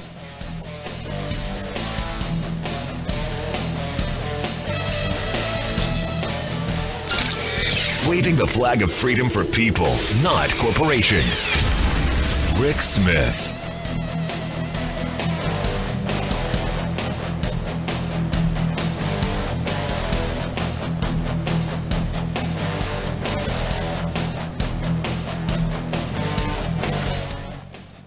I'm Rick Smith, and this is Labor History in 2. On this day in labor history, the year was 1859.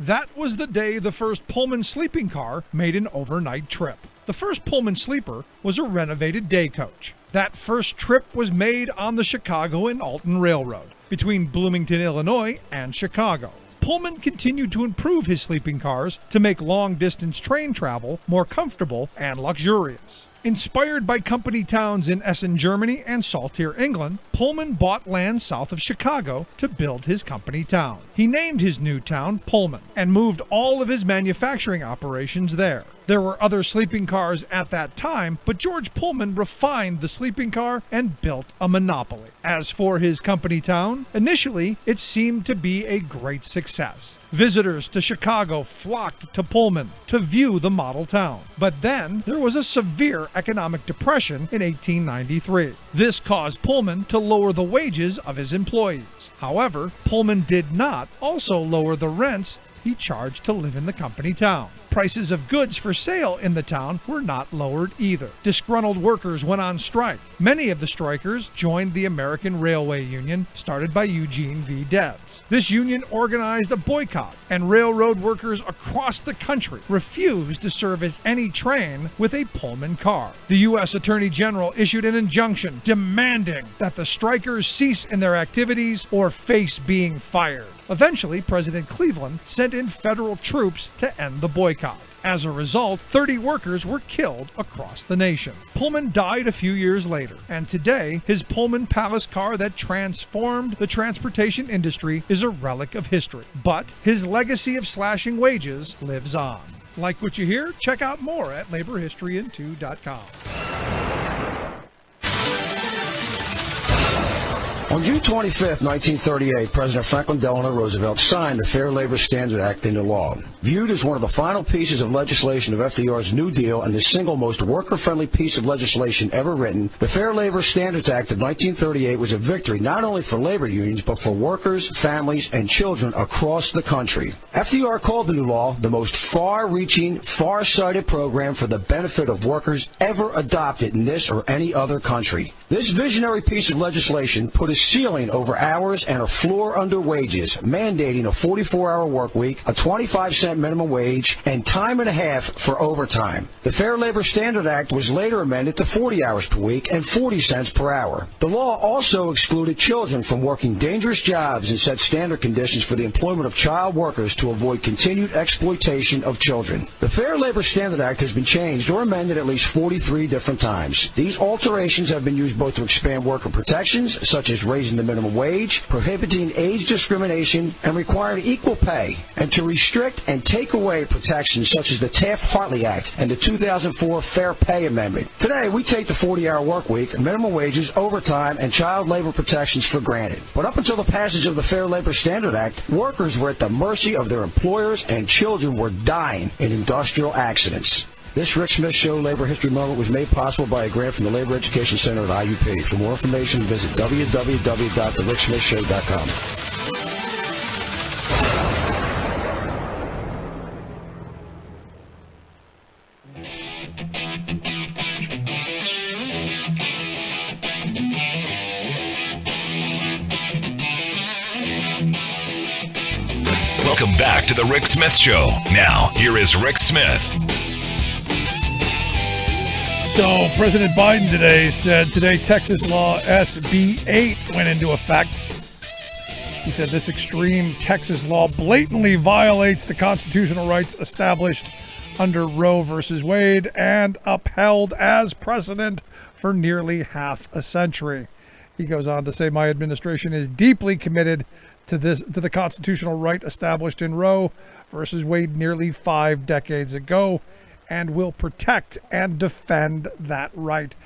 This is our Supreme Court doing its best to ensure that, well, we turn the clock back to the good old days where gays were in the closets, women were back in the barefoot in the kitchen, and, well, we had people picking stuff in the fields.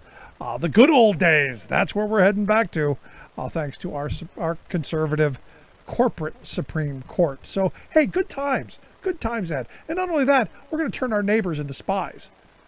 Wow. They spend a lot of money dreaming this stuff up. Anyway, here to share some thoughts on this and all of the other top stories of the day, I've asked our good friend Bob Ney to come talk with us. Bob is a former Ohio congressman and also one of my favorite political analysts. Bob, thanks for taking time for us. Oh, thank you, Rick. So what do you make of this SB 8 coming out of Texas? Are you surprised that the Supreme Court let it go? Well, yes. I thought maybe they would take it up, but they have taken it up by letting it go, if that makes sense. What they've done, of course, with the Texas law, it says that it bans abortions after 6 weeks of pregnancy, and it also allows for citizens to sue other citizens who are obviously pregnant women that, quote, violate the law, which is really a bizarre twist. Yeah, where did that come from? I can now see I don't know. I can now see like a Dog the Bounty Hunter kind of reality show based on, Dog the Pregnancy Hunter, and they're going to cash in on getting people turned in. I can now see this becoming one of those kind of cop shows where we shame people not only by taking them to court, but we plaster their face all over things. This is crazy stuff, Bob. Well, the civil suit in this, they can actually file that suit, is bizarre in itself because it's one thing that they passed the law and by the way, it bans abortions after 6 weeks of pregnancy, but it bans abortions where an ultrasound detects what the law defines as fetal heartbeat. So there's actually kind of two parts to that, which, how do you determine, is it the 6 weeks or the fetal heartbeat? How are they going to determine that? And if you're going to file a suit on somebody, how do you file that suit? That part, putting that in there just absolutely makes zero sense. I don't know where that came from. Somebody obviously asked for that to be in there. Somebody pushed for it to be in there. And I just don't understand the lawsuit part of it. Well, no, I do. I understand it completely. This is about pitting everyone against each other and making everyone suspicious of everyone and giving men the power to go after their girlfriends or their wives to make them do what they want them to do under penalty of law. And if the woman does what she wants to do, they can go win a $10,000 prize. And to file, I see what you're saying, file a lawsuit. And the Supreme Court, of course, didn't act on the emergency petition from the abortion providers in Texas who wanted to stay the law. And that law came into effect, of course, midnight, September 1st. And then there's the Mississippi, which I think is 15 weeks, if I remember right, the Mississippi law. So what the Supreme Court's doing by not acting is acting, because then this is allowed to go. And, of course, that doesn't mandate that across the United States, but if other states follow suit, naturally, if the lawsuit wasn't taken up on Texas or Mississippi, most likely it's not going to be taken up on other states. Yeah, no, I mean, it's one of those things where it's going to fall back on the states, and more progressive states are going to have it safe and legal, and the death states, the red states, are going to punish women for this, and you're going to end up having people who, and I've said this from the start, this is only to attack poor and working class women, because the rich women are going to be able to go to those progressive states and get whatever care that they need because they have the resources to do it. It's going to be the poor and the working class who are forced back into the back alleys. Right. So now, I don't know if this will ever be considered, by the Supreme Court. I don't know. And then they would actually kind of have to make a stand. So by, again, not making a stand, they made a stand. Isn't the Mississippi case on the docket, though? Right. For some reason, I thought they took that Mississippi case. So, I mean, basically, by not taking this, they've signaled that there aren't 4 votes to move forward on this. And, this is the way I'm reading it, and you can tell me if you think I'm wrong.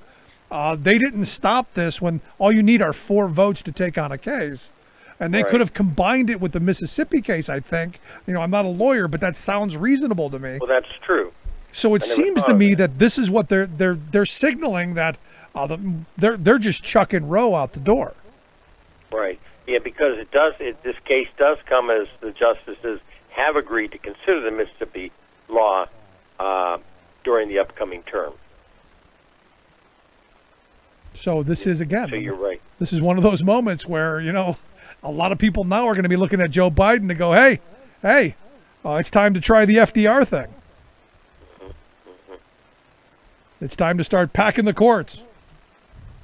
Yeah, of course, that'll never go through. So I think people are going to have to, realize, when they want the Supreme Court to have the appointments that they prefer, then got to make sure they get the president in there that they want. Yeah, well, it just so happened this term under Trump had a lot of appointments. No, I'm right there with you. Elections have consequences, and this is one of those. And look, I'm not a big abortion guy. It's not my issue. It never has been my issue. In fact, personally, I'm against the idea. I would never have one, but guess what? I'm never going to get pregnant, so it's a moot point. But I do want it safe and legal. And moreover, for me, it's this especially, it's that part about pitting neighbors against each other and creating, this bounty scenario where, we're going to be hunting down people. And, how dare you had a miscarriage. I don't think that was an accident. Boy, I can just see nothing but tragedy here. I can't recall, maybe I'm wrong, but I can't recall previous laws, no matter what they were, that involved somebody being able to file a suit on somebody else over an abortion decision. Yeah, and here's the really freaky thing about this, and this is just blowing my mind. The state of Texas is willing to give someone $10,000 to convict someone who had an abortion, but they won't give that mother $10,000 to feed her children. Feed the kids, right. That is just crazy to me. But it's the world that we now live in. It's the QOP that has taken over the Republican Party. I want to get your thoughts on what's going on in Afghanistan. Biden's taken some real heat over what I think was an incredible task of getting that many people out as quickly as they did. Personally, I'm surprised there weren't more casualties and more horrible things. But boy, I'll tell you, there are some folks who they're doing nothing but tearing into Biden. Well, he's taking heat, and if you take the issue, and here's what I think it boils down to: if you take the issue of should we get out, and did he make the right decision on getting out, the answer is unequivocally yes. Americans, Sure. When it started, 88% wanted us to go in there, and when it ended, 88% wanted us out. All right? So there is no question he made the right decision. And now it's boiling down to, for example, the Bagram Air Force Base, and the military says one thing a little bit juxtaposed from the White House, but yet the White House stands on a great point. They took military advice, and the military said, well, we thought they wanted us to protect the embassy in Kabul, which might be the case. And then, of course, we, closed Bagram Air Force Base. The intel, and here goes our intel agencies again, which we could do an entire one of your shows on that. Yep. But, Rick, here goes the intel again, signaling, no, it's going to be okay, when it wasn't okay. So I think in the end, it's going to boil down to these, also these 250 Americans that are there, of which some won't leave, no matter what. Some do want to leave, and the president's, doing whatever they're doing, I think, behind the scenes, with talking and negotiating, by the way, as 97 other countries are also doing, with their people over there. At some point in time, when you look at it, it was successful. 120,000 some people moved.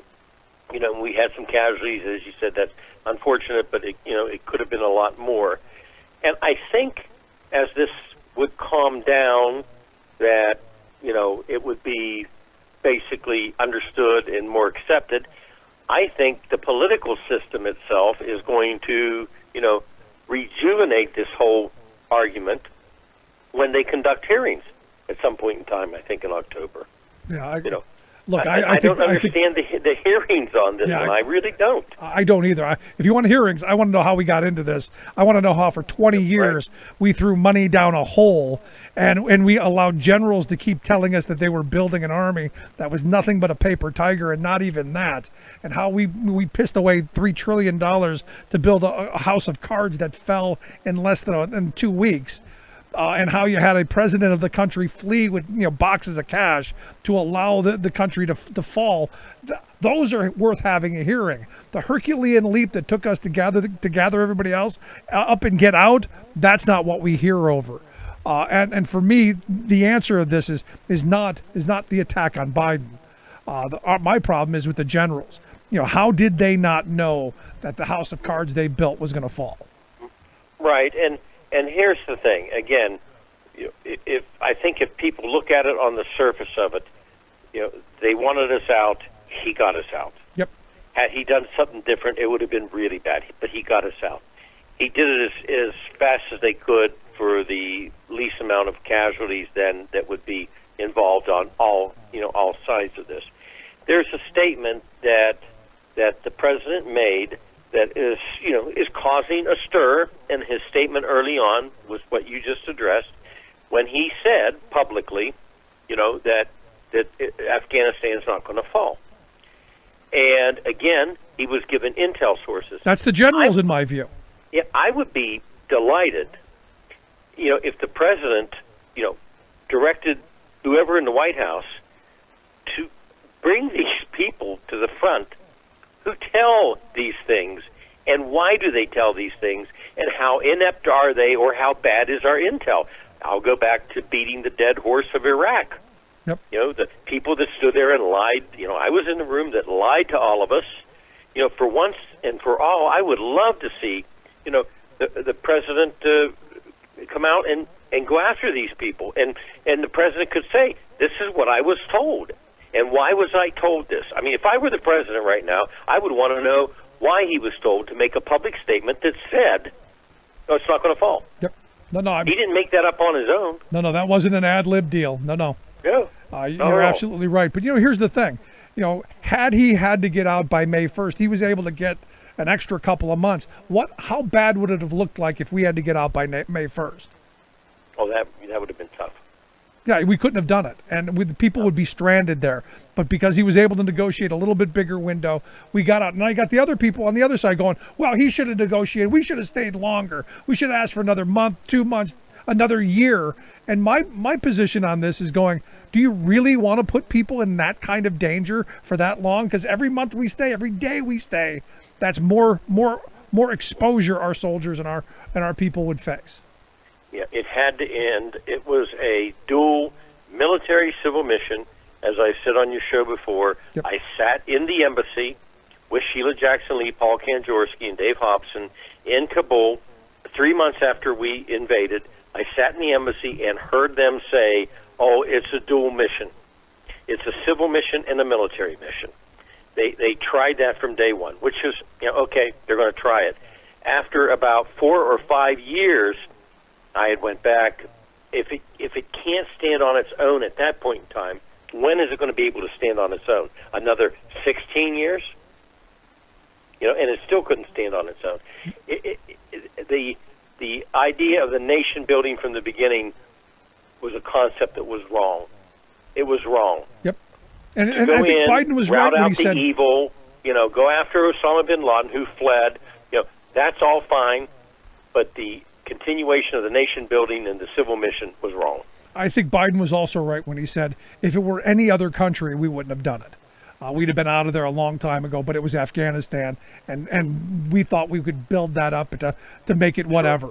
I think he's right. I think if it were any other country, we would not have been there that long. We'd have gone, fulfilled our mission to kill bin Laden, and gotten out.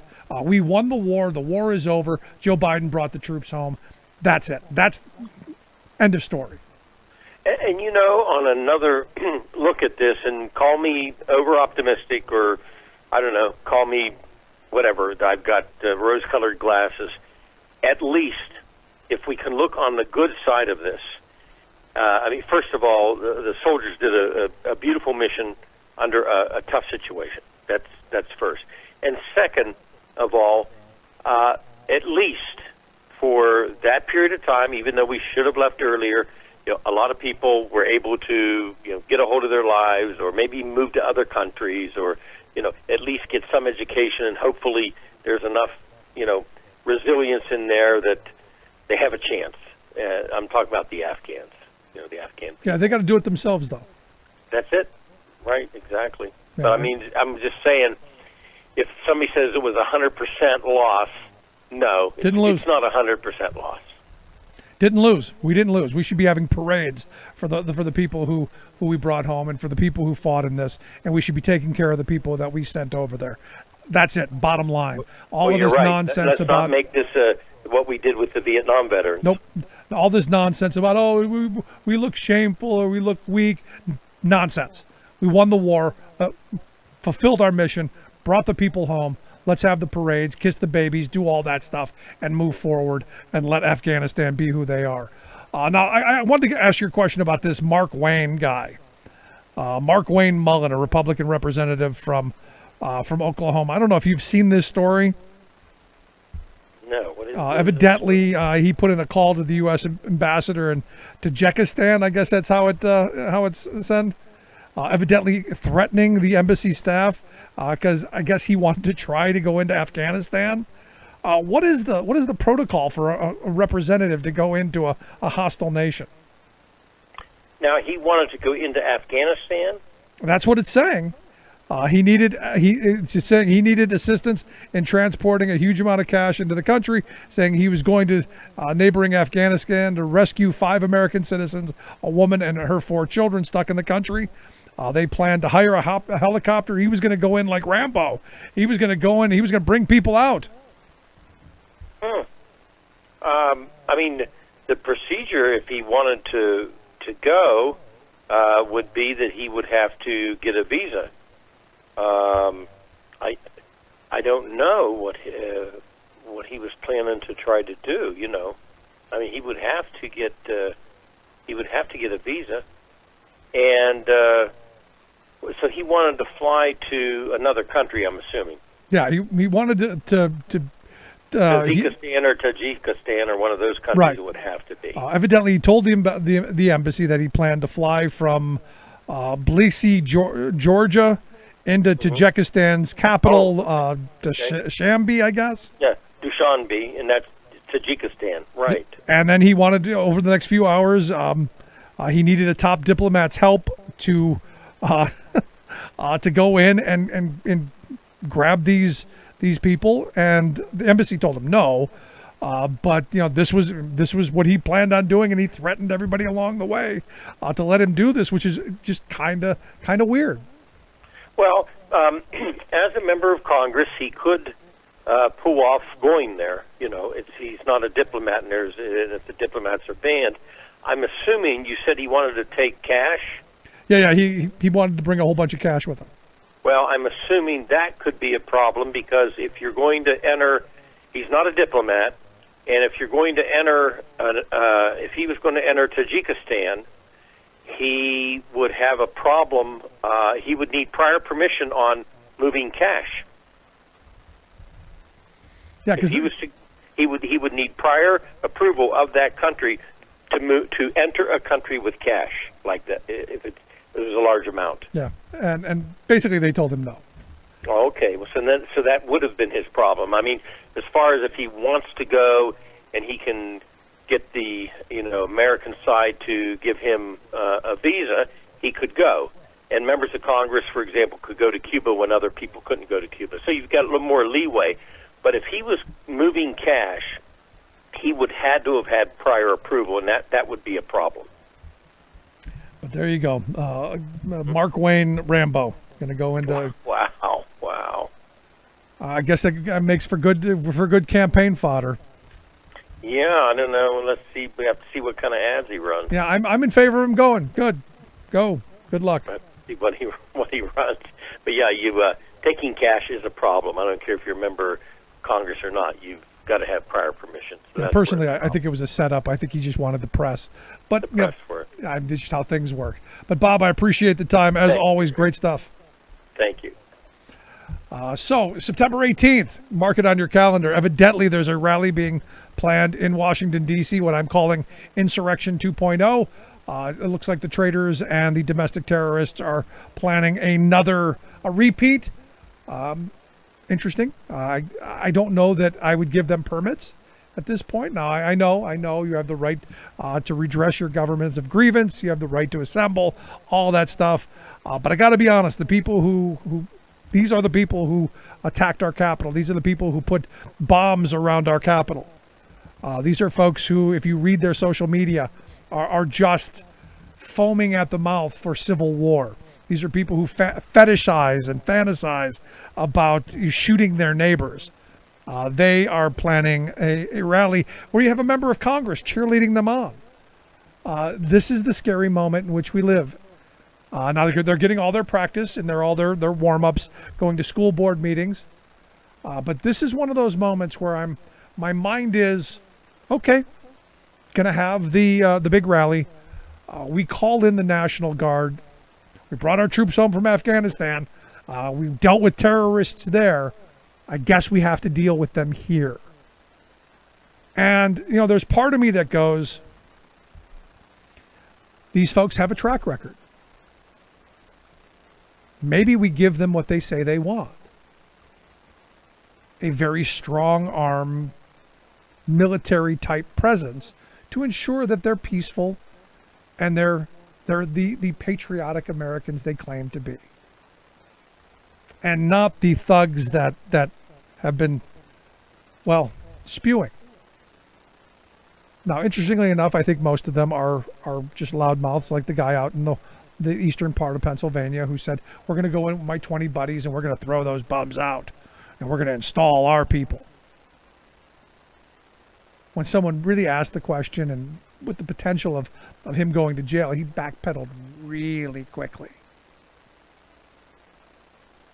Maybe this is where we have to go, because sadly we're being ripped apart. I mean, I look at what's going on, what coming out of Afghanistan has gotten us. There are people who are truly happy that there was a hiccup, that there was something that went wrong. And in every mission, there's always going to be something. I spent a little time today reading about the Russians leaving, withdrawing from Afghanistan. And man, it was ugly. But they didn't have social media and, they didn't have our conservatives. If you missed any of today's program, thericksmithshow.com. That's where you go to get the podcast, the Rick Smith Show app on the smartphone. Take the program on the go wherever you go. You can email me, rick@thericksmithshow.com. Follow us on social media, at Rick Smith Show on Twitter, Facebook, Instagram, all of those. Always ways to interact with the program. Thanks so much for being here. We'll see you back here next time.